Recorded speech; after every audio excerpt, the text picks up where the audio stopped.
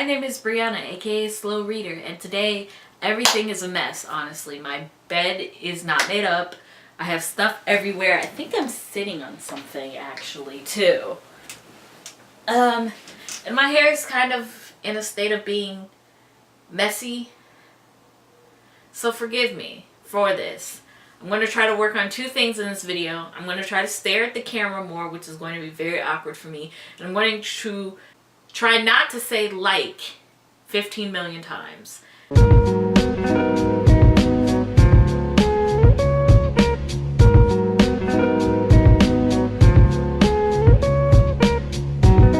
Today I come to you with a book review.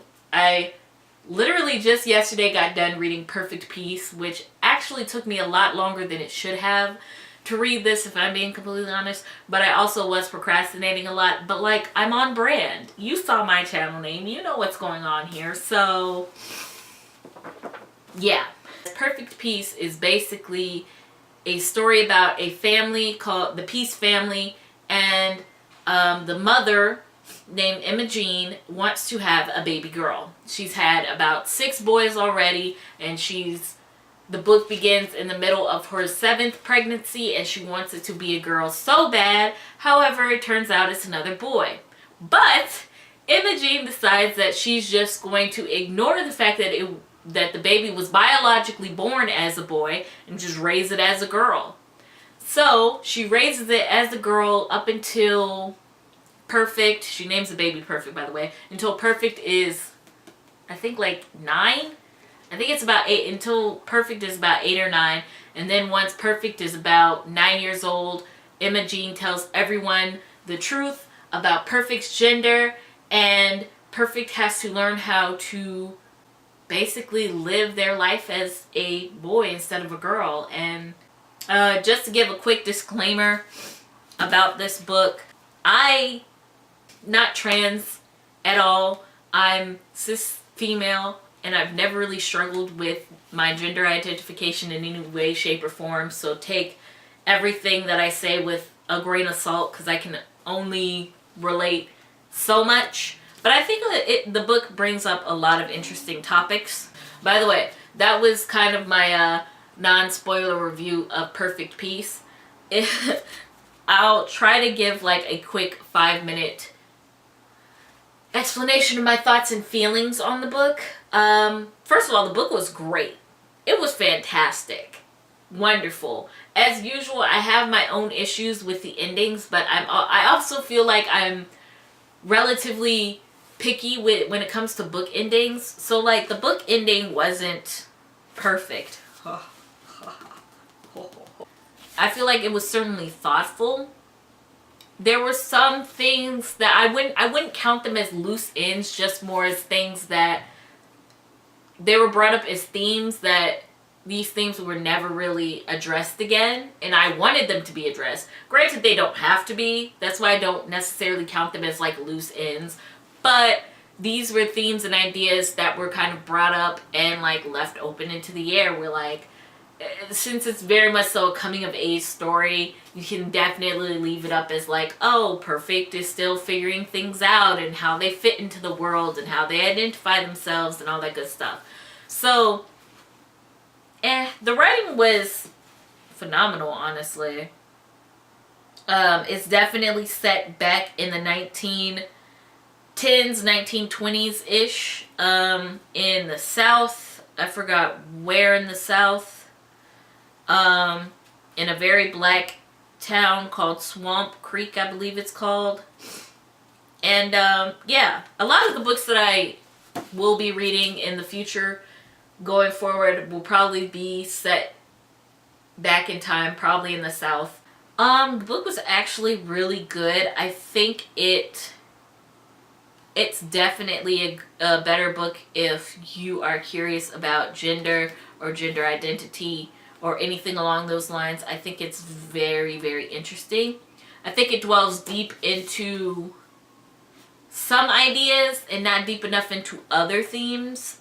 But we'll get into that, honestly. Okay, so let's get into this. For those of you who don't want to be spoiled, it's probably best to click off now. I don't know, I'm not good at giving non-spoiler reviews. So the most that I can say is just read it yourself. It's a book that I would highly recommend. From here on out, I'm going to spoil a good 98% of the plot. So here we go. So Perfect Peace. We've already kind of talked about the Peace family. So what you have is the Peace family. You have Emma Jean, who is the mother. The family already has 6 boys. Most of the boys, if I'm being completely honest, aren't really that important to the plot. Like 2 of the brothers, I think Woody and James Earl, don't really do anything. Like, they're just kind of there, and you forget about them until like the book mentions them all the way at the end again, and then you're like, oh yeah, they are like a part of the family. But you have Arthur Lee, who is the oldest, and basically he's just like the leader, big brother figure. Arthur Lee, Mr. James Earl, Woody. James Earl is the not that smart brother, but I think he's strong. He doesn't really have much else going for him except for the fact that the book mentions that like James Earl is not that bright. Soul, who is the smartest brother, he loves education, he loves school, he takes it very seriously, and he's the one that goes to school regularly, like every day, and is actually attempting to get an education. Bartimaeus is was born blind, but he's a lot like Gus, and we'll talk about that in a second. You have Imogen and you have Gus. Gus is the father. Gus is very hardworking, not that bright, but he also never got a formal education, so can't really blame him for anything, you know. And Imogen is like the, what do they call it, housewife. She stays home and she cooks and she cleans and she takes care of the family. And Imogen and Gus's like relationship dynamic is really interesting, just because the way the town believes that a marriage should work between a woman and a man is that the man is the dominant figure, you know, all the gender norms and whatnot, and he's supposed to be in charge of the house and be the boss or whatever, this, that, and the third. But in the Peace family, it really seems like Imogen is more of like the head of the household, mostly because Gus just like lets her do what she wants. But Imogen is also a very strong personality, while Gus is more quieter. So, and this becomes important later in the book, but Imogen is very strong-willed. She also has a sharp tongue. She'll tell anybody off, and she's, I don't know, I wouldn't say, she's kind of annoying, but just because she does a lot of stupid stuff, which we will get to. But you have this kind of dynamic, which I thought was really interesting, where Imogen will do these crazy things that she kind of just wants the family to do, and Gus will just go along with it because she's like, I don't know anything about women's business, and that's their business, so I'm gonna just let her do what she wants. Like, they kind of have that dynamic, which I think is interesting.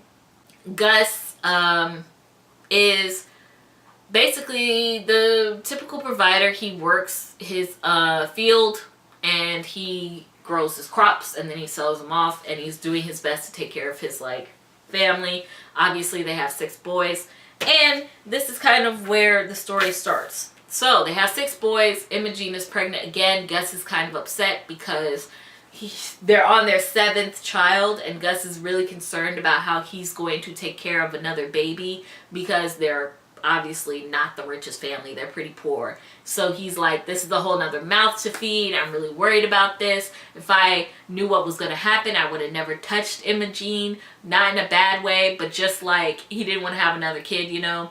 Imogen is very, very, very, very, very convinced that she's going to have another girl. It's going to be a girl. It's going to be a girl. It's going to be a girl. And everybody's kind of skeptical, and they're like, well, whatever it is, we'll be happy. And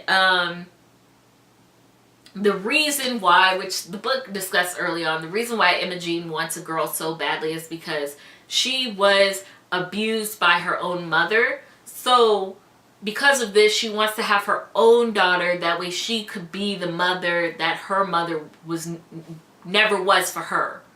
So the reason why her mother treated her so poorly was because she had 2 other sisters. Her 2 older sisters were much more lighter skinned than her, and Imogene was the only dark skinned sister. So she was treated a lot differently than the rest of her sisters. And a lot of times she was physically abused by her mother. She was verbally abused by her mother. And she didn't get a lot of the nice things that her sisters got. That being said, she really was stuck on this girl. She wanted a baby girl. Obviously, time finally came for her to give birth, and it wasn't a baby girl. It was another boy. Imogene gets stuck up on this. She's really thinking about it. She's like, why can't I just have a girl? She decides that she was going to just make her baby into a girl herself. So the only other person who knew about this was the midwife. Her name was Henrietta.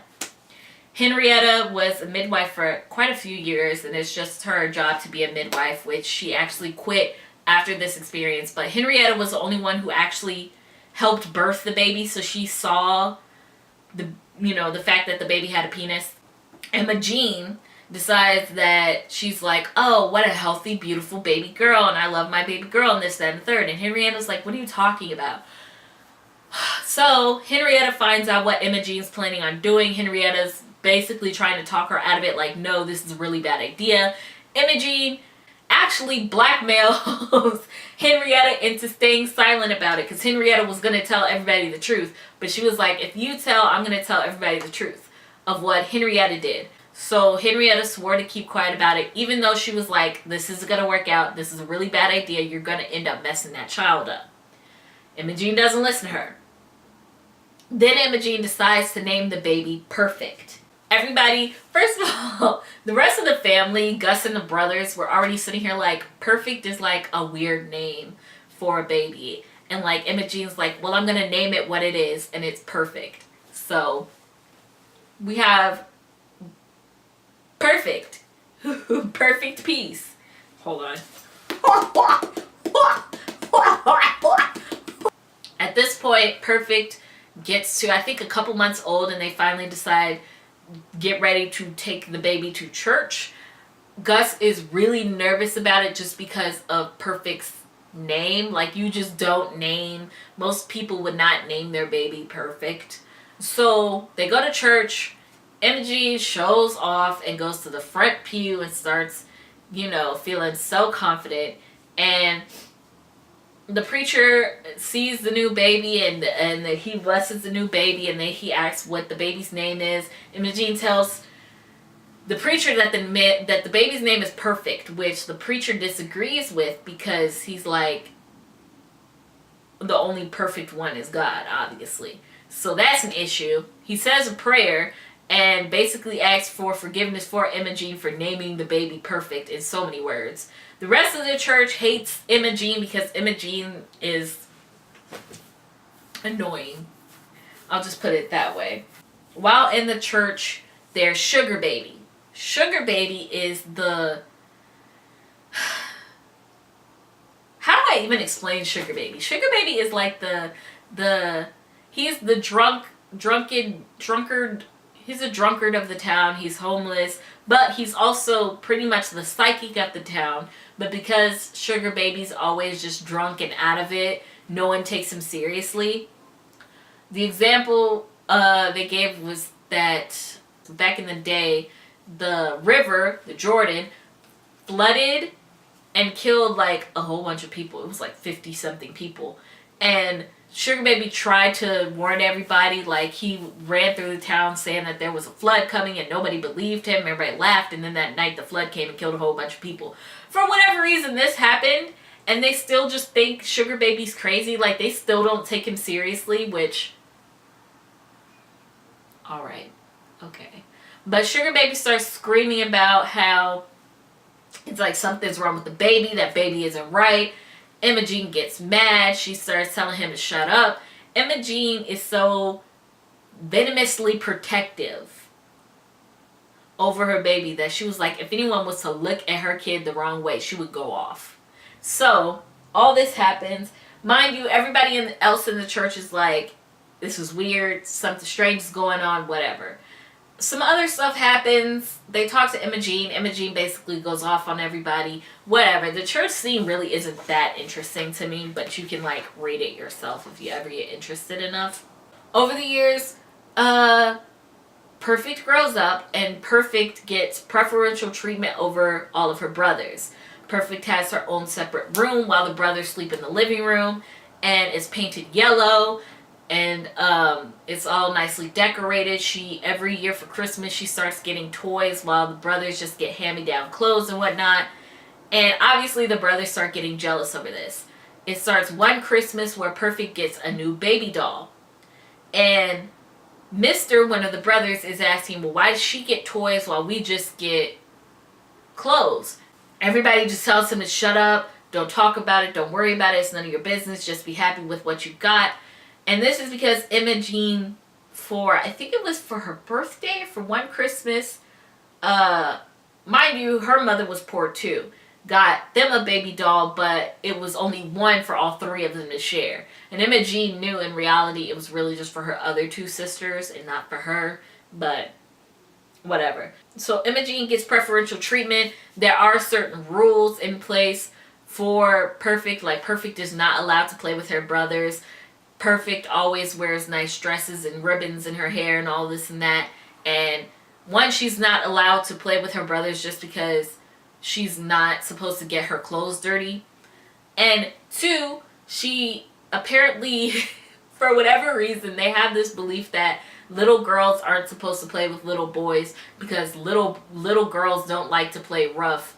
They like to play soft and like play house and with baby dolls and other things, and little boys don't like that stuff. You know how you go into like the store and you go to the toy section and there's like the girls toys versus the boys toys, and like the girl toys are all like the baby dolls and the cooking ware, and like the little pink and purple toys versus like the guys where they have like monster trucks and firefighters and action figures, because they're not dolls, they're action figures.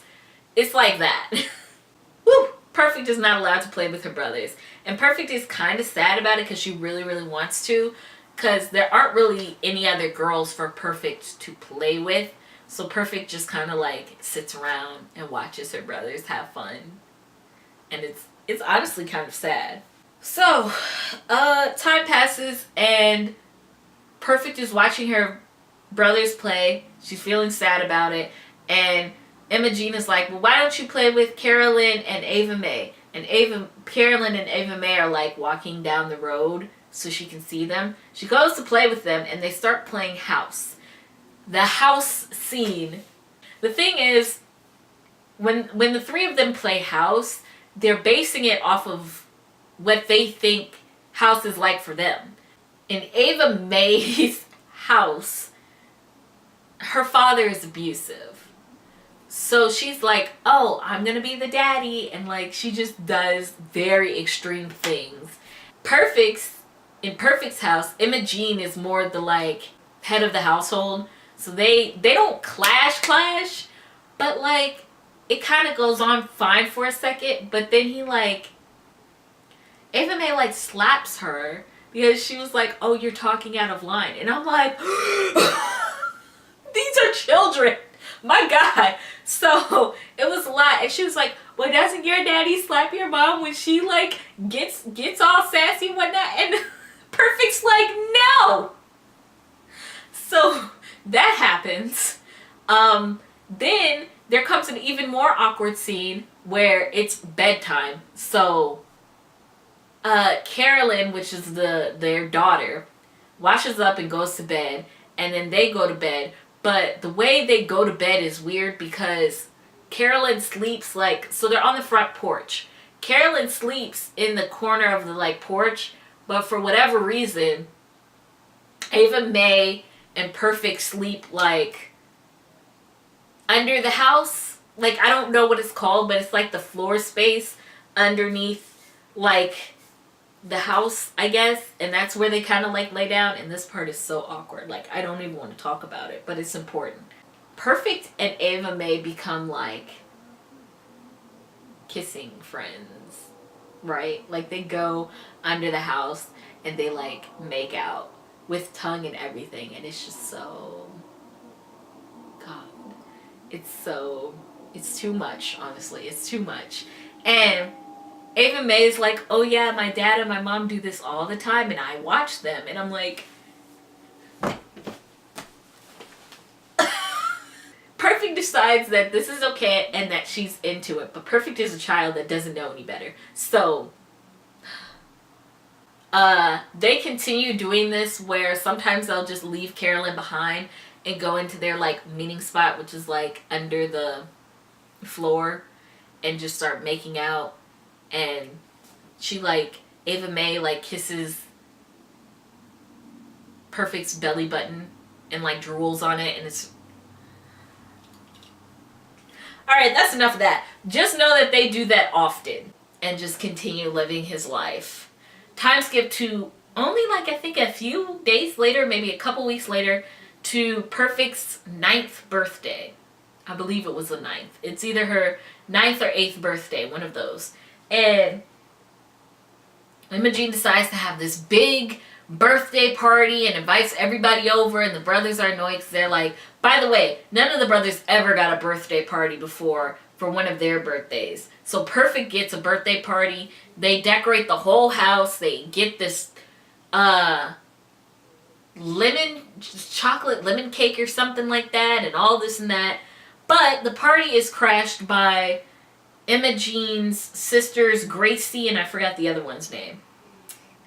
Gracie and the other one, who have come to tell her that, oh, their mother has died, which I think Gracie came and visited earlier to say that the mother was dying after Imogene gave birth and was begging her to go visit their mom and, like, forgive her, which Imogene was like, no.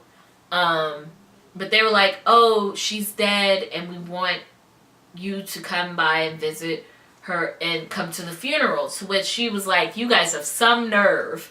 Decides she's still not going to forgive her mother and that she's not coming to the funeral. And so eventually they leave, but they cause enough of a scene to freak out all the kids to where the kids were sitting here like, I want to go home now. And she was like, well, wait, we haven't even had the cake. And the kids are like, no, that's okay, and end up leaving. Ava May ends up staying, and her and Perfect end up going to play. To which Imogene starts getting suspicious because she's like, they always disappear, and Ava May's always bragging about how she knows the secret about Perfect to make the other girls jealous. But obviously it's not the same thing as what Imogene is thinking, because Imogene's like, she knows the truth. So Imogene starts thinking that she's going to tell, she comes to this conclusion that she's going to tell everyone the truth before someone else, like Ava May, does. So, after the party, which I think it was like a couple hours after the party, or the same day, I can't remember. But after the party, Imogene takes Perfect out to the forest. She makes Perfect strip down and out of her dress and makes her put on the overalls, to which Imogene has to explains to Perfect that Perfect was born a boy and is a boy. And it takes Perfect a while to understand what she means because Perfect is so confused. But eventually Perfect figures out the truth of like, yeah, I'm a boy. They go back to the rest of the family, and the family's sitting here like, why is he wearing overalls? Why did you cut... Oh yeah, Imogene also cut Perfect's hair. But they were like, why did you cut Perfect's hair? And Imogene tells the family that Perfect was a boy, was born a boy, has always been a boy. And it takes them a while to kind of, absorb it and take it seriously. Gus doesn't believe Imogene and demands that Perfect strips down naked to prove to him. And Imogene's like, no, you don't have to. I'm telling you the truth. But Gus is like, shut up. Perfect, while crying, strips down, and everyone sees his business. And Gus gets pissed, honestly. Gus just turns and starts beating the crap out of Imogene. And I was like, oh my god. Which up until this point, Gus has been like a relatively calm sort of person, submissive. Gus is also very emotional, which I don't know if I should mention this detail, but Gus, like every spring, there's this really heavy rain, and Gus goes out to the River Jordan in the rain to cry, and he cries so loud that everybody in the town can basically hear him, but he does it basically just to get it out of his system, because he used to be a crybaby growing up, but his father and his brother was like, you can't cry because men don't cry. So they were like, you can't cry. So instead he goes like every year and just wails out all his emotions and gets it all out of his system. And he does this like every year. So Gus is a very sort of emotional character, but he's never been really angry. So the point that he gets to the point where he literally almost kills Imogene. And the only reason he did it was because Arthur Lee and I think Woody, two of the brothers end up pulling him off of her. So, from then on, Gus decides, who now becomes the new head of the house, if I'm being honest, but Gus decides that Perfect is now Paul and will live his life as Paul. So, everybody's mad at Imogene. Nobody forgives her. Now Gus and the brothers kind of have to figure out how to show Perfect how to be like a male, like how to live as a guy, you know. Whew. So obviously Paul doesn't have a very good time transitioning. Instead of helping like Imogene with cooking and cleaning, he has to go out into the field and start like helping with the field work. He has to like dig up worms for the fishing rods and go fishing and pull out weeds and all this stuff with, the crops and the soil and all of that good fun stuff.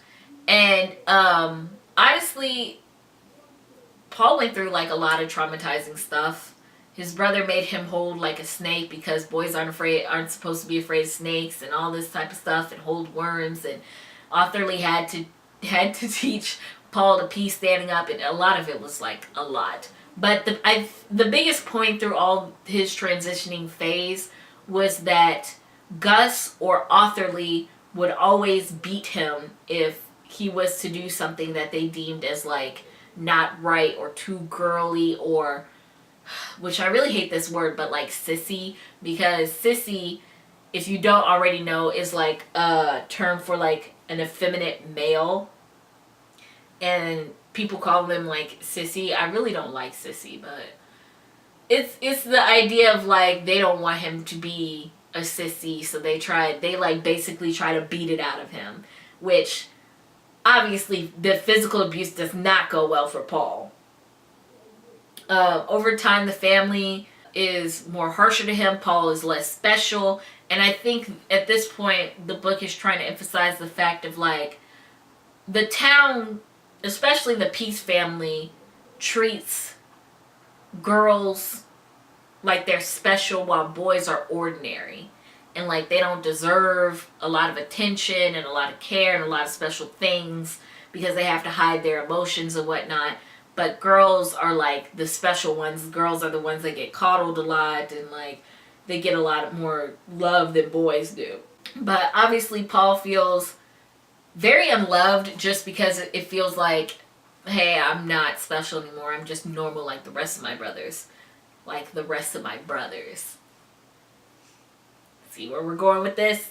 Paul ends up going to church with the rest of the family for the first time as a boy. You could imagine it doesn't go well. But the brothers end up, and I think Arthur Lee got into a fight because they had a mentality of like they were going to protect their brother. If anyone was going to talk crap, they were going to fight them.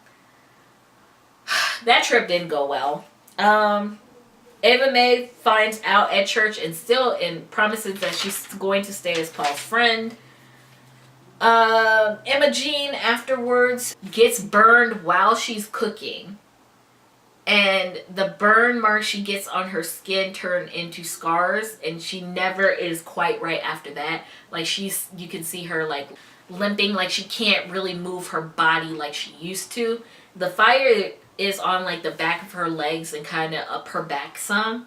Ava Mae and Perfect sneak out. They changed their location of where they like meet up to do their thing, but they now sneak, instead of being under the house, they sneak out to the woods, and let's just say their kissing sessions get more intense because now they're preteens, and I'm gonna leave it at that. Paul comes back and Gus gets mad at him because he's like, you're still playing with girls and you shouldn't be playing with girls and that's a bad thing. So he ends up beating the crap out of him. Gus realizes for whatever reason he can't love Paul as a boy. Hi everyone, welcome back. My camera died and I had to charge it. It's been a couple days since the first few videos, so I look different. I have a hat.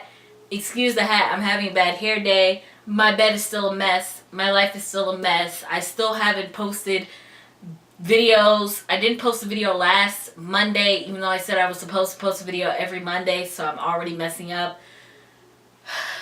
What I'm going to do is I'm going to try to speed up the walkthrough of the plot for Perfect Peace, just so I can be able to stay on my overall thoughts a little bit longer. But we're going to get this over with because I don't want this to be like 30 minutes long like my previous sort of reviews.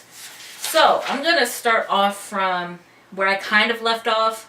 Paul is sent away to school. Obviously Paul is upset about it because Paul doesn't really care about education. And if you don't recall, Sol is a smart brother. He loves education. He's very passionate about it. Emma Jean decides to send Paul away to school instead of Sol, because apparently that's the only way he'll make it for whatever reason, even though Paul could most definitely just work and get by just fine. But Emma Jean decides to send Paul, and the family can only afford to send one son off to school, so Paul replaces Sol. Sol starts doing Paul's work for him, which leads him to get straight A's and to keep him in school. And Paul allows this to happen because Paul feels kind of bad for Sol, so he lets him see his schoolwork and his textbooks and continue kind of getting his education. Although Paul is bullied in the school, particularly by these boys called the Redfields, I believe it's pronounced, the Redfields. Most of them, I believe, are boys. The town recognizes them as the ugliest boys in the whole town. I don't know why that even matters, but the Redfields. Eventually, Sol stops doing Paul's schoolwork and Paul has to do it on his own. So Paul gets a crush on this boy, Johnny Ray, at his school. Johnny Ray Youngblood is his full name, and the Youngbloods, most of them are still boys. Most of the Youngbloods are known as the very attractive boys of the town. Pretty much the most attractive boys in the whole town. Even some of the other males in the town know this, but they'll never admit it out loud, but it's widely accepted that they're really cute, basically. That comes into play later on. Now, then comes this fever. I think it's called Fever of 1912. This sort of fever overcomes the town. The book doesn't exactly go into a lot of detail on what the fever is or what the symptoms are, how it works. It's just that you get sick and a lot of people died from it. Paul gets the fever and is on his deathbed. Basically, everybody's in a very emotional state. The whole family is very emotional because they think that Paul is going to die. Gus lost his mother to this fever, so he's afraid that he's going to lose Paul too. So, at that point, Gus is kind of admitting his true feelings about Paul, which is that he never he never really hated Paul. He just had issues accepting Paul for who he is and accepting that the whole time Paul was really male when he thought Paul was female, and grew up as female, and all this sort of resentment he had himself about how he felt about Paul, but it was never really Paul's fault. And at this point, I feel like most of the family, mostly Gus and the brothers, are coming to accept Paul for who he is and acknowledging that they never really had an issue with Paul. It was just them all along, that they had to work out themselves, that they had their own issues with Paul's gender that they had to, tackle, and their own demons and all that. But at this point, it's kind of like the family's coming around and starting to accept Paul for who he is. Paul overcomes the sickness. I won't get into details about how that happened, but Paul is cured. He survives. And the rest of the family is like, great, whoopee, now we're going to accept Paul for who he is. And if anybody gives us problems, we're going to, beat the crap out of them. At this point, the book kind of goes into what's happening with the older brothers as they move on with their lives. We talked about what happened to Arthurly, Soul. Woody becomes a preacher. Paul starts asking Woody all sorts of questions now that he's this preacher man. And he starts asking him that, saying that he wants to be saved, and he wants to learn how to be saved, how to get saved, all these sorts of questions. Woody answers his questions at first, but then he gets annoyed and basically tells him, as long as you're a sissy, you can't be saved. So you have to stop being a sissy in order to get saved. Because apparently God hates sissies. Okay. A couple days later, back at the school, one of the Redfield boys is bullying Paul again. Ava Mae sticks up for him and fights the boy off. The boy runs off. Ava Mae yells at Paul because she's like, I can't keep fighting these boys off for you. You need to fight them. Paul is like, no, basically explaining that he's a pacifist and he doesn't really fight. The things that Ava Mae says to Paul obviously hurts his feelings, so he kind of runs off. He goes down to the forest by the River Jordan to kind of collect his thoughts. While he was there, he ended up getting jumped by about 4 boys. He was blindfolded and pretty much beaten up, and then, Lord, sexually assaulted, which it was interrupted by someone rustling in the woods, so the boys got scared and ran off. Paul kind of trips around himself to try to get his bearings on what's happening. Sugar Baby finds him. He kind of helps him put his clothes back on and carries him back home. Everybody's like, what happened? What happened? What happened? Paul is so emotional that he can't even speak to tell them what's happening. Gus gets upset because to some extent they understand what happened to him. They know that, hey, he was jumped and beaten up by a bunch of guys, but they don't understand the full scope of what happened. And Paul never really talks about it. It's just that Ava Mae figures it out later on. But Gus ends up leaving the house with his shotgun. Gus was basically searching all around town trying to figure out who it was. He met up with Sugar Baby to ask him if he knew who it was. Sugar Baby told him, I was the one who brought your son home after the incident. And he was like, did you see who it was? Sugar Baby told him no, because Sugar Baby was convinced that, he basically knew that Gus was going to do something tragic and end up killing someone. So he decided it was best not to tell him the truth. Whether that was the right thing to do or not is all up in the air. I think it was probably best just because Gus doesn't need to ruin his own life over something like this, So Sugar Baby was like, you know what? The family needs a father.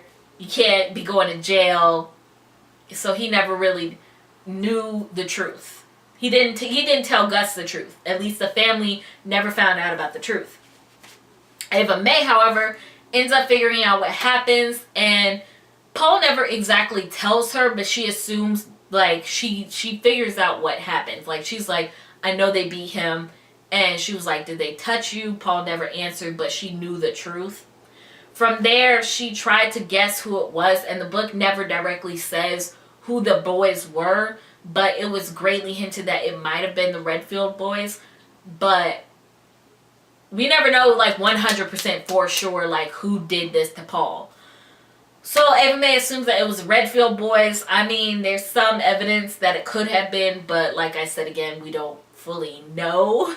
At least the book never really said for sure, like with 100% certainty, like this is who did it. Ava Mae figures out what happens and she tries to figure out who did it on her own. Mind you, the only person who knows for sure who did this to Paul was Sugar Baby, but Sugar Baby lied and said, hey, I don't know who did it, I didn't see. We're going to come back to this in a second. We're going to move on to Mr., which I think is the oldest brother next to Paul. So school dance is coming up. It's mostly Mr., Bartimaeus, and Paul going. Paul wants to go to the dance with this girl named Christina. Imogene decides to make Paul a suit, his own suit, instead of giving him like some hand-me-down overalls like the rest of the brothers. So she decides to go to Henrietta and ask her if she can sew together, because she tried to sew it herself but it didn't work. So the only person in the town who knows how to sew is Henrietta. She goes to ask Henrietta if she can like sew together the suit. Henrietta's like, no, at first, but then she strikes a deal with Imogene as a way to kind of get payback for her for making her keep Paul's birth basically a secret. So the deal was that Henrietta was going to start her own like store, like her own clothing store. But she needed help, obviously, cutting and sewing and making the clothes with the fabrics and all that. So she was like, you're going to work for me for free. You're going to be here at the crack of dawn till like sundown every day. And you're not going to tell anybody that you're here. Obviously, Imogene, being the person that she is like, no, I'm not doing that. Comes back home, kind of looks at the suit. She sits on it for a little bit. And then she goes back later on the day and is like, I'll do it. So, go back to Ava Mae. Ava Mae apparently figures out who attacked Paul that day. And she decides that it was the Redfields. So, in the middle of the night, Ava Mae decides that she was going to burn down their house. And this fire was so huge that basically the whole family was trapped into the fire and the whole family died. A lot of the town men tried to save the house, but it didn't really work out. And Ava Mae kind of takes this sort of revenge on like they deserved it for what they did to Paul. During Imogene's time working for Henrietta, the work kind of basically drives her insane. And I don't know how else to explain this because it's a very it's a very complicated scene to understand unless you read it, but I'm going to try to explain it the best I can. Basically,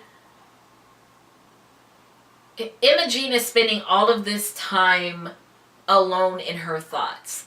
And I think the guilt just starts to eat away at her sanity for what she did to Paul. Now, to some extent, she wants forgiveness, but at the same time, I feel like one of the themes in Perfect Peace surrounding Imogene is that she wants forgiveness for what she did, but the family doesn't forgive her. And even later, once most of them are all adults, they don't fully forgive her. It's more like they only half forgive her and then they move on and forget it ever happened, sort of thing. But she doesn't obtain true forgiveness. There's this idea that a lot of the things that happened to her from then on out is punishment from God for what she did and all this and that. So I think a lot of it was guilt just eating away at her mind for what she did to Perfect, but there was other things that was happening with her sanity, with forgiveness that she didn't give to her mother, and the abuse that she suffered from her mother, and the trauma she got from her mother is still eating away from her. Like it's a lot. It's confusing, and I might have to reread that part just to go back and fully understand it. But I think the part where Imogene is working for Henrietta is a very sensitive sort of scene where she's starting to lose her mind. Is something that's interesting, and I need to dive deeper into that. So, at the party, Paul ends up going to the dance with Christina, but he really wants to be with Johnny Ray. He is dancing with Ava Mae for a bit, but he keeps making googly eyes at Johnny Ray. And a couple people know that he likes Johnny Ray. Like, it's pretty obvious. Okay, so my camera died. So we are going to finish up the last of this on my phone and just get this out the way. I've been talking for long enough, and honestly, this is going to be a bitch and a half to edit. So, my final thoughts. Basically, there were some questions that I wanted answered that never really got answered. Like, I feel like Paul never... Because at the end of the day, this whole thing is, like, basically a coming-of-age story. It's Paul's coming-of-age story, especially considering everything that happened to Paul, but I feel like Paul still doesn't know who he is. Like, he doesn't really know what to do with his femininity, especially when he went to... Whose wedding was it? One of his brother's wedding. I think it was Bartimaeus' wedding. When he was at Bartimaeus' wedding, or no, at Imogene's funeral. When he was at Imogene's funeral, he kind of felt as though Imogen was the only one who still acknowledged himself when he was... Acknowledged him when he was a girl. Like, acknowledged that side of him. And when she died, that was like it. Like, he couldn't talk about it anymore. He couldn't express himself as a girl anymore. He couldn't remember... He couldn't, go over those memories of him as a female. Like, that was it. And I feel like that isn't who Paul is. And I also feel like his sexuality was never addressed. Like, at the end of the day, I feel like Paul came to the conclusion that he's just going to ignore his feelings about other guys, and that he wasn't going to acknowledge his sexuality, and he was going to just kind of like not address it. So I feel like by the end of the book, Paul really hasn't gone through like a full discovery, like self-discovering story. But then again, not everyone's perfect. Like, not everyone has it all figured out by the age that Paul does, because I think by the end of the story, he was like 21, 22 or something like that. Like, he was still fairly young. So, like, I think it's still, even if these questions aren't answered, it's still a good ending, just because, not everybody has all these things figured out. Not everybody knows who they are. Not everybody has these answers to these questions. So, it was pretty good.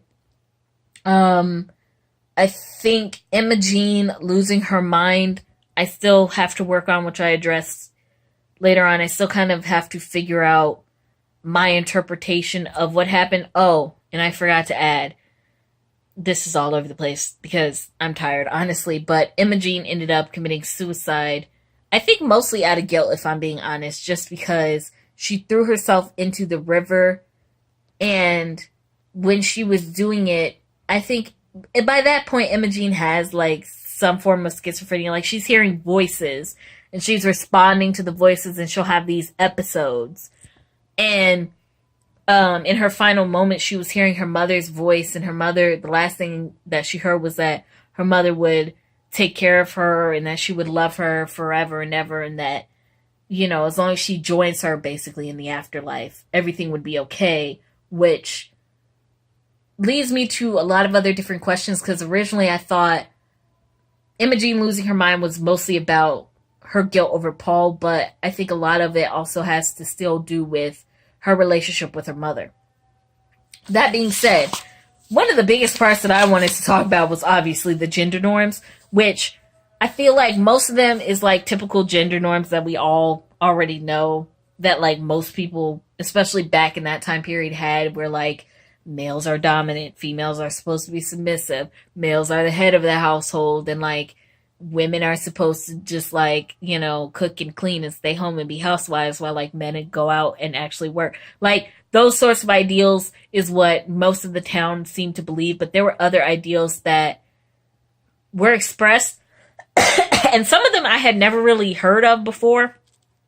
But one of them is the idea that like boys and girls just don't, young boys and girls, like kids, don't play with each other, just because boys play rough with each other with like wrestling and like running around in the mud and getting dirty, while girls really aren't all about that, which I was like, that's not necessarily true, obviously. But there's this other idea that I think that it's a theme that's repeated, is that, especially something that Paul, shaking camera, I know, especially something that Paul struggles with, is the idea that girls are special while boys are normal. Like, there's nothing special about boys, but girls get treated in this like special way. They get a lot more attention. It seems like they get a lot more love. They get a lot more affection. So in a way, Paul felt really special when Paul was still identified as a girl, but once he transitioned over to being identified as a boy, all of that kind of stopped, and he just felt average and like the rest of his brothers, and like, oh, whatever. Like, he didn't really feel special anymore. So I think that was an interesting concept. That was like not a concept that I don't think I've ever heard of, or like anyone has expressed. So that idea was kind of like new to me, and it was interesting in some way. I think in a certain way, the idea that girls are coddled more than boys, versus like boys are just kind of thrown to the wind and it's like sink or swim sort of deal, makes a lot more sense.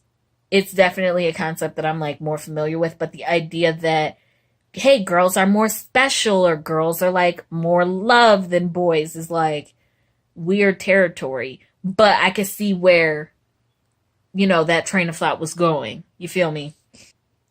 Besides that, I think that was it. Oh, there was this concept that black men can't show affection to black women, but white men can show affection to white women. And I thought that was strange, but it's like, it was a constant concept, especially with a lot of the younger characters' parents. Like, a lot of their fathers were very abusive, either physically, mentally, emotionally, sexually. It was just like abuse going on all over the place, which is another story in and of itself. But, and then there's the last one, which was like, no one likes a sissy,